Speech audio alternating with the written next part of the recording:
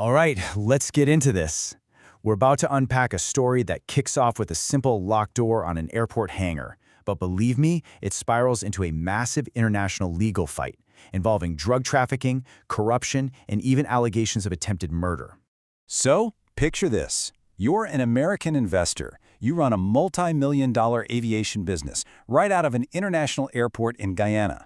Then, one day, back in March of 2017, you show up to work, and the doors to your hangar are chained shut.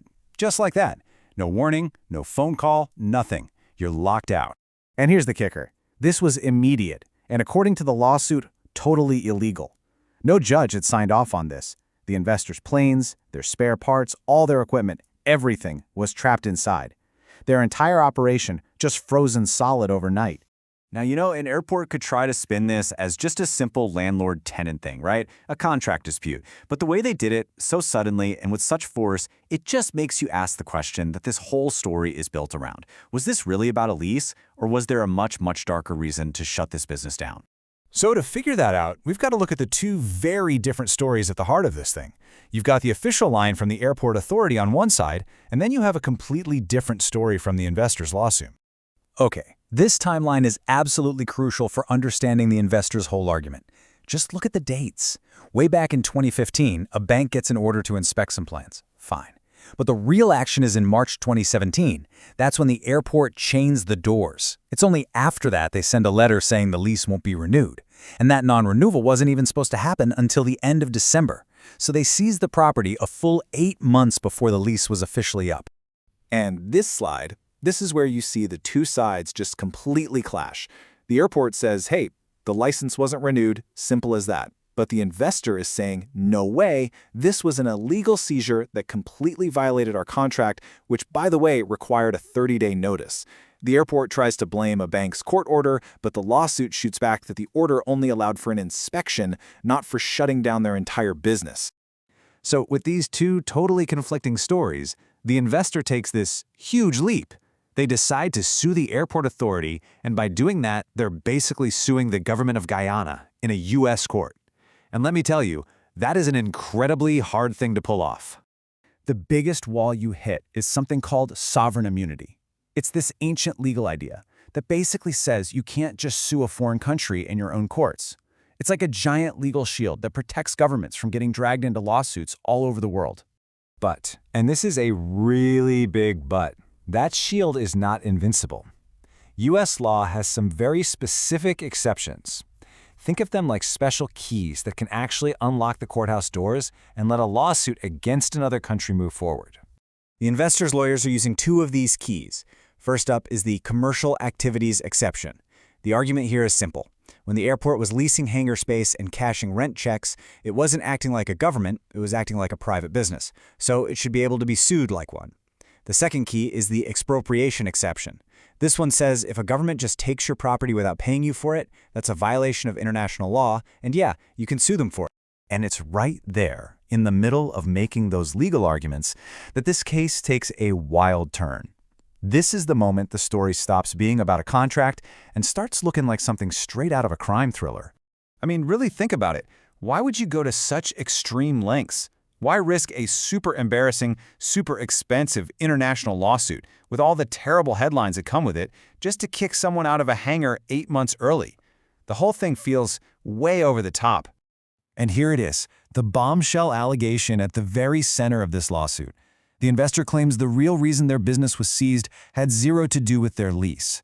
They allege it was all done to protect a criminal enterprise that was running its operations out of that very same airport. And the man right in the middle of it all is a guy named Kamraj Lal. He was running a private jet service at the airport, but oh yeah, he was later convicted in the US for a whole list of serious crimes. Smuggling cocaine, smuggling huge amounts of cash, money laundering, the whole shebang. And the lawsuit alleges that Lal's entire criminal operation was being protected by officials at the airport. This quote, pulled straight from the legal documents, just lays the alleged motive right out there. It claims the U.S. investor, a man named Lex Barker, was doing anti-drug work that was a direct threat to Lal's smuggling ring. So, the seizure of his hangar, the lawsuit says, wasn't a business dispute at all, it was retaliation. And just like that, everything looks completely different. All those weird little details start to connect, and they paint a very, very disturbing picture. This is not about a contract anymore. The whole narrative just flips. We go from a pretty dry commercial dispute to a case of alleged criminal facilitation and deep-seated corruption at a state-owned company. It gives a powerful, if shocking, reason for why the airport would take such a crazy risk. And, maybe most importantly, it turns this into something the US government would be very, very interested in. And you better believe, when a case starts to involve allegations of state protection for a U.S. convicted drug trafficker, the consequences are going to ripple far beyond the walls of a courtroom. Suddenly, a whole network of international groups wakes up and starts paying close attention. You've got the U.S. Treasury looking at illegal money flows, the State Department looking at corruption, and you've got giant international lenders like the IMF and the World Bank who get really nervous when they think their money might be going into corrupt systems. For a developing country like Guyana, these kinds of red flags are incredibly dangerous. They can mess up everything from getting international aid and loans to just having normal banking relationships. It can poison diplomatic trust. This chart really puts the danger into perspective. Look, a government can take the hit of paying damages in a lawsuit. It's not great, but it's manageable. It can even survive some bad press.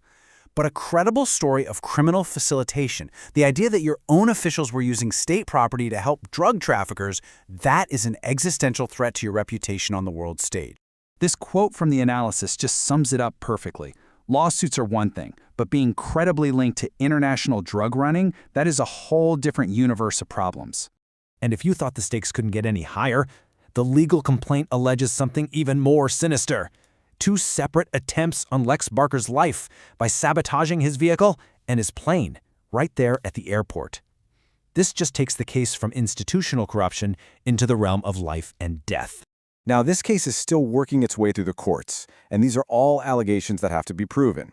But it forces us to ask a really profound and troubling question that goes way beyond this one hangar in Guyana. When the very institutions that are supposed to uphold the law are accused of protecting criminals, where do you even begin to look for justice?